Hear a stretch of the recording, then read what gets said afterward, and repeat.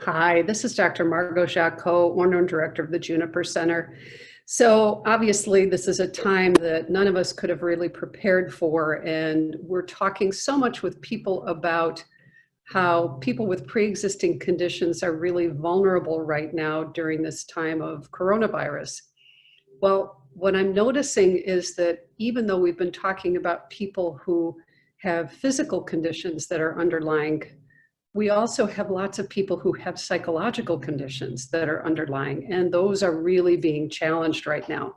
I've received calls from clients that I worked with years ago who are struggling now with symptoms that seemed to be better.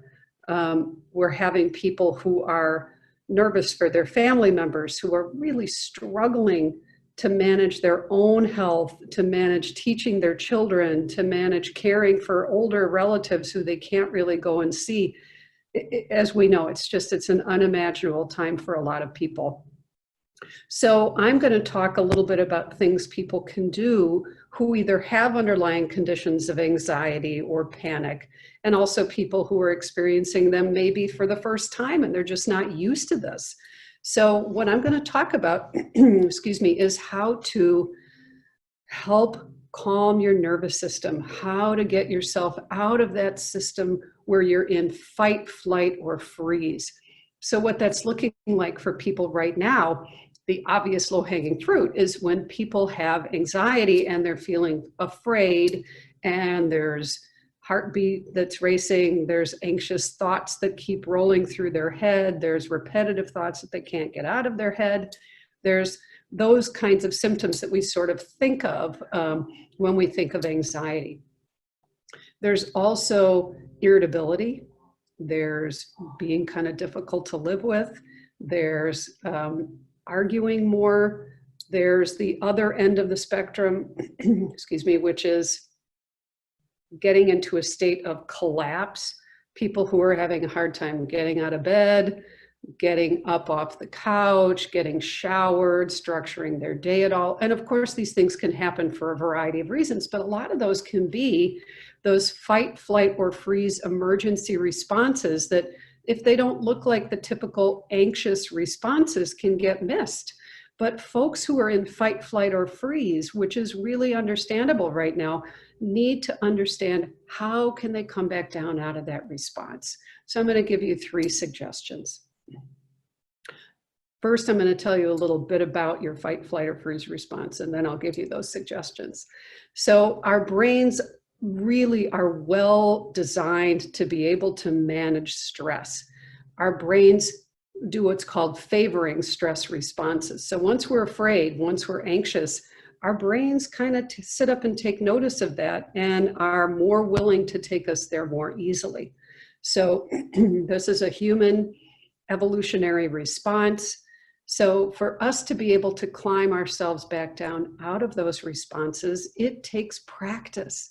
It takes some work. But there are things you can do that are super easy. No one will ever know that you're doing it. The first one, which sounds so basic, and this is just a great nervous system hack, is to just do some deep diaphragmatic breathing. Now, you hear people talk about this. Yes, we need to breathe deeply. I'm not really particular about how you breathe. I would suggest, though, that when you breathe in, whether it's through your nose or your mouth, that you breathe out as long as you can and you try to contract those stomach muscles. Why? Because that action of breathing in and breathing out and contracting those stomach muscles starts to regulate a part of your system that is known as your vagus nerve. Those vagus nerves run from your head down into your neck, first your jaw, your neck, into your torso, and on down they go. They regulate all of your organ systems. This is a system that if we can help it understand, help it realize that we are not in imminent danger right now, it'll climb back down out of that flight or flight response. This is how you do it. So you take a breath in, squeeze it out. Do several of those. If you get dizzy, stop. But that's a really quick way to hack your nervous system out of a fight or flight response.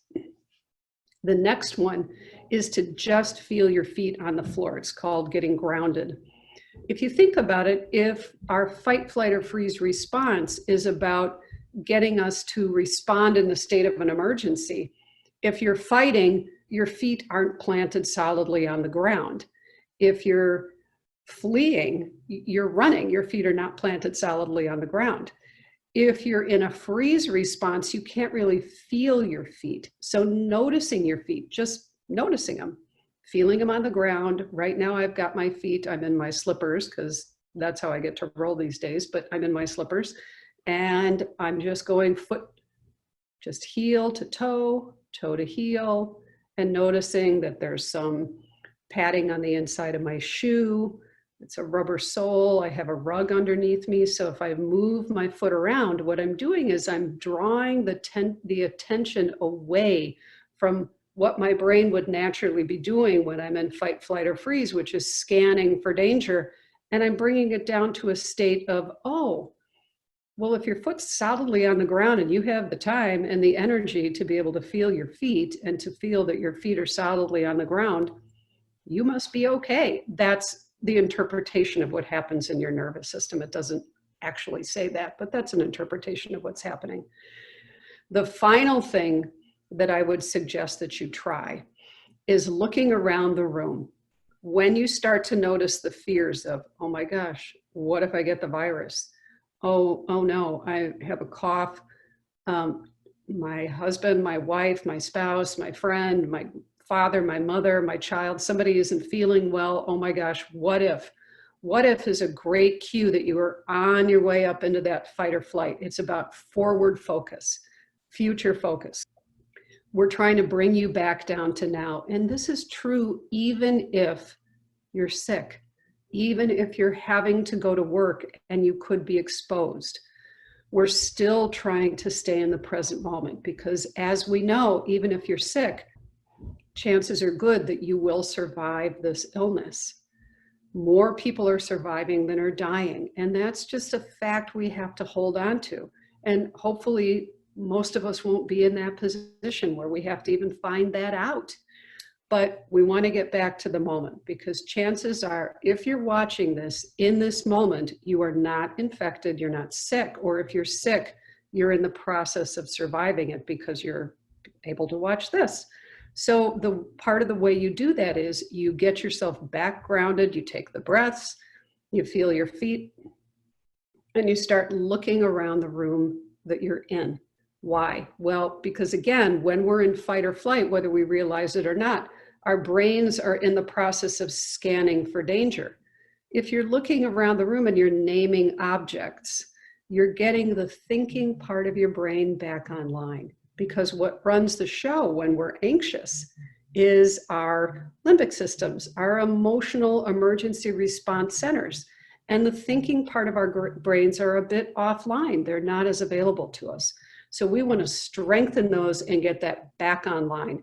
I don't know about you, but I have had over time the type of snowblower that you had to pull.